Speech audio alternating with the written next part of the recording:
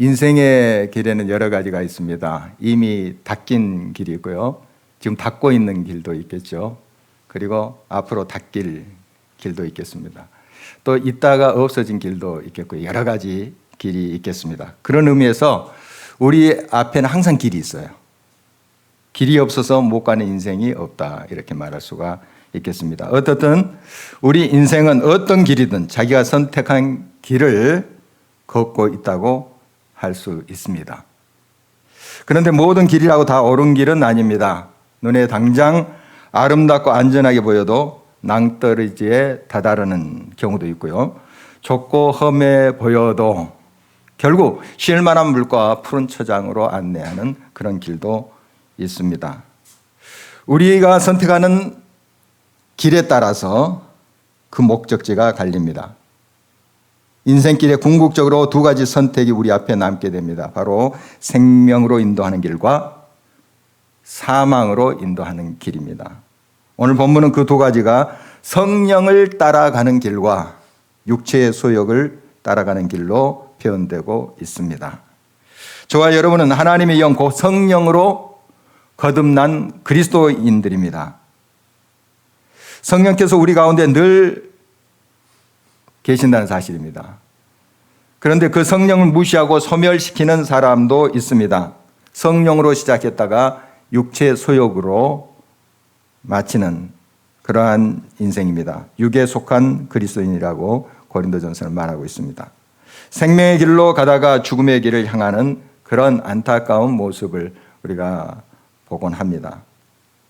육체의 정욕은 매우 강렬합니다. 순간 짜릿함과 쾌락을 주기 때문에 그 유혹에 빠지는 사람이 많습니다. 우리 그리스도인들도 예외가 아니죠.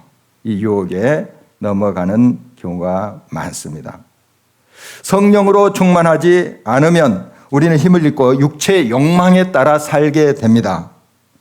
단순히 생각만으로 거룩한 삶을 살 수 없습니다. 또 우리의 각오로도 그 삶은 불가능합니다. 예수님의 제자들 보면 알 수 있습니다. 그들은 어떤 일이 있어도 예수님을 배반하지 않겠다, 이렇게 말했습니다. 특히 베드로.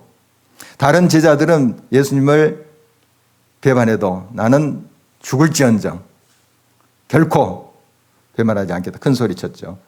그러나 그 위협적인 순간에 3번이나 예수님을 부인했습니다. 마음은 원이었지만 그의 각오, 그의 생각은 굴뚝 같았지만 그러나 그것으로 성령을 따라서 생명의 길로 가기가 불가능하다는 사실입니다. 그랬던 그가 완전히 달라진 것이 바로 예수님이 부활하신 후 50일째 되는 오순절, 그날에 성령이 강하게 제자들과 모인 성도들에게 임했죠. 성령 충만을 받고 그의 삶은 완전히 달라졌습니다. 그렇게 비겁했던 베드로가 담대히 복음을 증거하는 사람이 됐다. 또 베드로뿐만 아니라 여러 제자들, 성도들, 그들의 삶은 완전히 변했습니다. 성령이 이끄는 삶이 됐죠. 성령이 그들 가운데 함께하는 삶이 됐습니다. 그래서 그들의 삶을 통해서 하나님의 복음의 말씀이 온 천하에 증거되는 그런 일들이 있었음을 우리가 잘 알고 있습니다.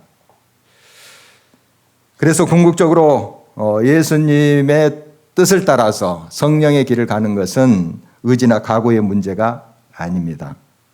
성령 충만이 주님의 길을 가게 하는 원동력이다 하는 것을 다시 한번 기억하게 됩니다. 성령을 따라가는 길의 목적지는 생명입니다. 영원한 생명이죠. 반대로 육체의 소욕을 따라가는 길의 종착지는 사망입니다. 그런데 이 성령을 따르는 그런 길에도 육체의 소욕을 따르게 하는 유혹들이 계속 도사리고 있습니다. 따로 이렇게 구분된 것이 아니라 계속 이 따라가는 길에 우리의 마음속에 또 우리의 삶의 여러 분위기 속에서 계속 그 유혹은 가까이 있어요. 그래서 우리는 성령의 강한 역사로 이끌림 받지 않으면 끌려갈 수밖에 없습니다. 항상 유혹은 가까이 있어요.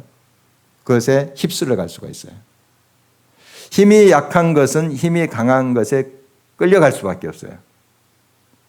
우리가 적당히 예수를 믿어서 안 된다는 거예요. 성령으로 충만해야 됩니다. 여러분 마음은 정말 주님을 사랑하고 주님의 말씀대로 살고 싶잖아요. 그러나 그 마음, 그 각오 가지고 안 됩니다. 안 돼요. 성령으로 우리가 충만하지 않으면 우리 가운데 이미 오신 성령으로 우리의 삶 속에 늘 충만하지 않으면 휩쓸려 갈 수밖에 없다 하는 사실을 우리가 직시해야 됩니다. 그래서 우리 안에 역사하시는 그런 성령께서 육체의 소욕을 또 물리치고 우리를 이끌어 가시도록 늘 해야 되는 것입니다. 우리를 유혹하는 이 육체의 소욕, 가볍게 볼 상대가 아닙니다. 경계에 경계를 늘 더하지 않으면 안 됩니다. 그래서 우리는 강한 영적 무장을 늘 하고 있어야 된다는 사실이죠.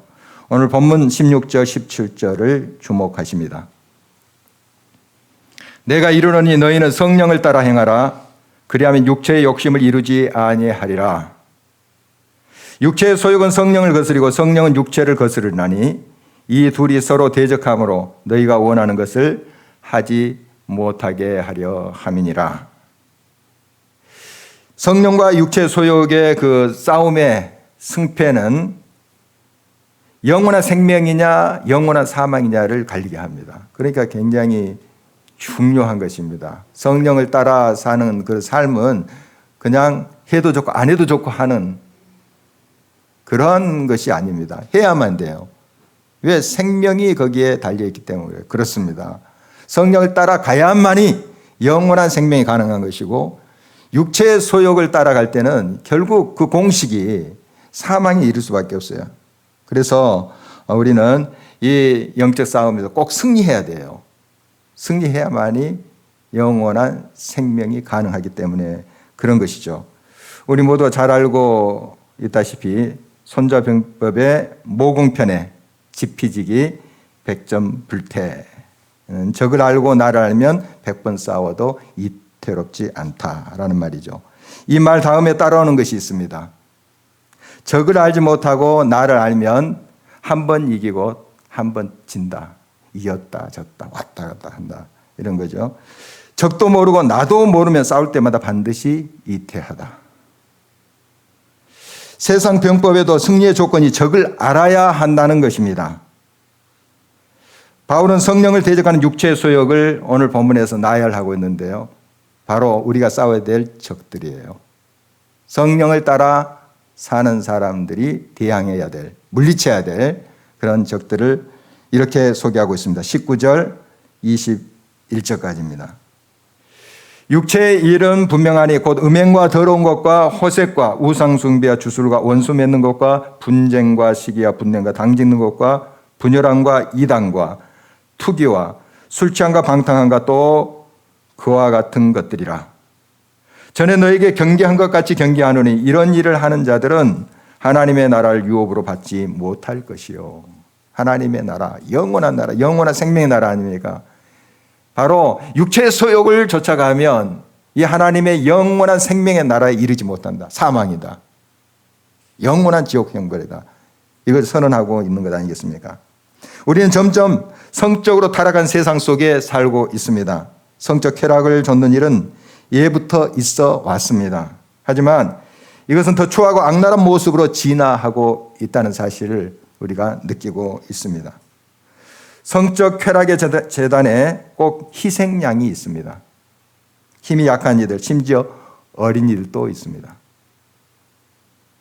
하나님의 형상으로 지음받은 이들을 자기 쾌락의 도구로 삼는 거, 이거 마귀나 하는 짓이죠. 성추행도 그 맥을 같이 합니다. 어떤 모습이든 이것은 범죄이며 도저히 용납할 수 없는 것입니다. 서로가 좋아서 음행을 저지르는 경우도 있습니다. 이 경우도 하나님의 거룩한 성전에 몸을 더럽히는 행위이므로 결코 용납되어서는 안 됩니다. 자기들끼리 좋아서 한 짓인데 무슨 상관이냐 이렇게 생각하는 것도 오산입니다. 그 후유증은 주변 많은 사람들을 고통 속에 집어넣습니다. 자기도 결국 파멸하게 되는 것이죠. 그래서 우리는 이 음행은 흉내조차 내지 말아야 됩니다. 그 자리에 가까이 가서도 안 됩니다. 음행은 단지 남자문의 문제가 아닙니다. 여자도 예일 수 없습니다. 요즘 매일 묵상하는 말씀이 잠언이죠. 음행에 대한 많은 경고를 하고 있는 것을 우리가 발견하게 됩니다. 예나 지금이나 그 죄악에 빠져서 허우적대면서 사망의 길로 가고 있는 사람들이 얼마나 많은가 하는 것을 말하고 있습니다. 장녀의 유혹뿐만 아니라 남편이 있는 여자가 젊은이를 유혹하는 장면이 이 잠언에 아주 자세하게 기록되어 있습니다. 갖은 달콤한 말과 황홀한 분위기를 연출해 놓고 여자는 젊은이를 유혹합니다. 잠시의 성적 쾌락의 결과가 어떤 결과를 가져올지 이 젊은이가 왜 모르겠습니까? 그러나 영혼을 이미 빼앗긴 젊은이는 자기 통제력을 상실해 버렸습니다. 이것이 성적 쾌락의 무서운 함정이죠. 잠언 7장 22절에서 23절입니다. 젊은이가 곧 그를 따랐으니 소가 도수장으로 가는 것 같고 미련한 자가 벌을 받으려고 쇠사슬에 매이려 가는 것과 같도다. 필경은 화살이 그 간을 뚫게 되리라. 새가 빨리 그물로 들어가되 그의 생명을 잃어버릴 줄을 알지 못한가 같으니라. 알프스에 눈이 쌓였다가 이제 봄이 되면 눈이 녹게 된다고 그래요. 그러면 이제 그 잔디로 덮인 언덕들이 이렇게 보일 거 아니에요. 얼마나 아름답겠습니까? 정말 거기 이제 꽃도 피고 나비도 날고 뭐 새들이 이제 지저귀게 되겠죠. 그런데 그게 너무 아름다워서 거기에 아무렇게나 막 그 잔디 언덕에 뛰어들면 안 된대요. 어떤 곳은 잔디가 깔려 있지만 발을 디디면 푹 꺼진대요. 그러니까 잔디가 깔려서 이제 안전한 것처럼 이렇게 보이죠. 아름답고 꽃도 피고 막 하니까 막 뛰어서 이제 올라가다가 푹 꺼진대요. 그래서 이제 죽는 경우가 많다는 것입니다. 잔디가 깔렸다고 눈에 당장 아름답다고 아무 잔디나 밟아서는 안 된다는 것이죠. 섹시하다라는 말은 성적으로 끌리게 하거나 성욕을 자극하는 기운이 있다 이런 뜻이에요. 워낙의 뜻이 그거예요. 그런데 이것이 요즘은 욕이 아니라 칭찬이에요. 그 말 듣는 여성들은 기분 좋아하는 것 같아요. 우리 교인들은 어떨지 모르겠지만 섹시하다. 이게 별로 좋은 의미는 아니었거든요. 11세기 중세 교회 신학자들 중에 안셀림이라는 사람이 있습니다. 이 사람은 영국의 그 캔터버리 대주교를 역임하기도 했고요. 스콜라 철학, 그 중세 스콜라 철학의 아버지다 하는 별명도 있는 사람입니다. 이 사람이 이런 이야기를 했습니다. 다른 죄악들은 대항하여 싸움으로 이길 수 있으나 성적 죄악은 피함으로 이길 수 있다. 피하거나 도망가는 것도 병법의 한 가지죠. 손자병법에 36개가 주렐량이라는 말이 있지 않습니까? 이에 성적 쾌락을 우리가 부추기는 그런 자리, 또 분위기, 거기에 발을 디뎌서는 안 됩니다. 피하는 것이 상책입니다. 오늘 본문에 호색이라는 말도 나오는데요. 이것은 드러내놓고 방종한 모습을 보이는 행습입니다. 음란한 말이나 행위를 자랑스러운 뜻이 밝히는 것을 말합니다. 여러 사람들 있는 데서 뭐 그것을 그냥 밝혀요. 그리고 대단한 일을 한 것처럼 그렇게 하는 것이 호색이에요. 제발 이런 사람들이 매스컴에 나와서 예술가인 척 하지 말게 되기를 바랍니다. 육체의 소욕 중 그 두 번째 것은 물질 숭배입니다. 오늘 우상 숭배가 그 육체의 소욕을 따르는 것이라고 했는데 이 우상 숭배, 그 우상의 대표적인 것이 성경에 나오는 바알신이에요. 바알신, 여러 이제 우상들이 있겠지만 그 우상들의 대표격이 바알신이에요. 우리 많이 듣죠, 바알신. 이게 물질 숭배신이에요. 지금도 이제 다른 이름으로 부르고 있지만은 우리가 물질을 숭상하고 물질주의로 젖어드는 그런 세태 속에 우리가 살고 있습니다. 이 우상이 우리가 성령을 따라 맞서야 할 그러한 우리의 적이라는 사실을 기억해야 됩니다. 휩쓸려가서는 안 돼요. 이 물질 숭배에 머리를 조아려서는 안 됩니다. 물질 숭배 종교는 어른들은 물론 어린아이들까지 물들어가고 있습니다. 파란 하늘처럼 티 없이 청명하고 순수하던 어린아이의 마음은 어른이 되어 갈수록 세상의 때가 묻습니다. 어른들이 잘못 걸어온 길 때문입니다. 생텍쥐페리의 어린 왕자에 이런 대목이 나옵니다. 어른들은 숫자를 좋아하는 법이다. 아이가 어른들한테 새 친구에 관해서 이야기했을 때 어른들은 가장 중요한 것에 대해서 물어보는 일이 없다. 그의 음성은 어떠냐? 그 애는 어떤 놀이를 좋아하느냐? 나비를 수집하지는 않느냐? 등의 질문을 하는 경우란 결코 없다. 그 대신 그 애는 몇 살이냐? 형제가 몇이며 몸무게는? 아버지의 수입은 얼마냐? 따위만 묻는다. 그래야만 어른들은 그 애를 속속들이 알게 됐다고 믿는다. 만일 어른들한테 장밋빛 벽돌로 지은 예쁜 집을 봤어요. 창가에는 제라늄이 있고 지붕에는 비둘기가 있고요. 라고 말해서는 어른들은 그 집이 어떤 집인지를 상상해내지 못한다. 그들한테는 100만 프랑짜리 집을 봤다고 말해야 된다. 그러면 그제서야 거참 훌륭하군 하고 소리를 지른다. 생텍쥐페리가 이 소설을 쓴 1940년대만 해도 속물이 된 어른들에 비해서 어린이들의 마음은 정말 순수하고 맑았습니다. 너희 자녀를 위해 울라의 작가의 글을 보면 이 이야기를 인용하면서 이제 어린이들에게는 소위 동심이라는 게 사라졌다. 이 작가 오인숙님은 그 초등학교 교사시더라고요. 오랫동안 거기서 복음으로 살고 하나님의 말씀으로 이 어린이들을 접하는 그런 분이더라고요. 실제 경험에서 그걸 느끼는 것을 적었습니다. 요즘 아이들의 입에서는 얼마짜리냐 하는 말이 자연스럽게 튀어나온다는 거예요. 너희 아파트 몇 평이냐? 너희 아빠차 얼마짜리니? 숫자. 이제 아이들도 어른 못지않게 숫자를 사랑하고 자기 집 아파트 평수가 작고 아빠의 차가 소형이면 친구들 앞에 수치심을 느낀다는 거예요. 이런 아이들은 부모에게 짜증을 내며 화풀이를 한다고 합니다. 좀 더 큰 평수의 집에 살거나 고급 승용차가 있는 집 아이들은 우쭐거리며 그렇지 못한 형편의 아이들을 무시한다는 거예요. 물질주의 가치관에 비롯된 병리 현상입니다.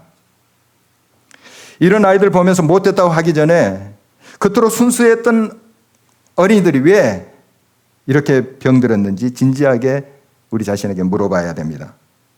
어른들이 잘못 살고 있는 결과입니다. 모든 것을 숫자로 이해하고 줄 세우기, 키재기로 평가하는 속물적 가치관 때문입니다. 이런 물질적인 우상을 우리는 깨뜨릴 수 있어야 됩니다. 우리 크리스찬부터가, 우리 그리스도인들부터가 이런 의식을 깨뜨려야 됩니다. 육체의 소욕 중 세 번째 것은 증오 분쟁입니다. 지금도 세계 곳곳에는 분열과 분쟁이 화염처럼 일어나고 있습니다. 거기에는 서로를 향한 증오가 도사리고 있습니다. 성령을 따라 사는 사람은 증오를 선으로 이깁니다. 종교 분쟁까지 우리가 가기 전에 우리 자신을 한번 살펴보도록 하겠습니다. 혹시 내 마음에 미워하는 사람, 아직까지 내 마음으로 풀어주지 못한 사람이 있는가 살펴봐야 될 일입니다. 미움이 있습니까? 증오가 아직 남아있습니까? 증오까지 가지 않더라도 보기 싫은 사람 있습니까? 마음으로 놓아주세요. 용서하세요. 용서할 때 잊힙니다. 내가 잊어야지. 상관 말아야지. 안 됩니다.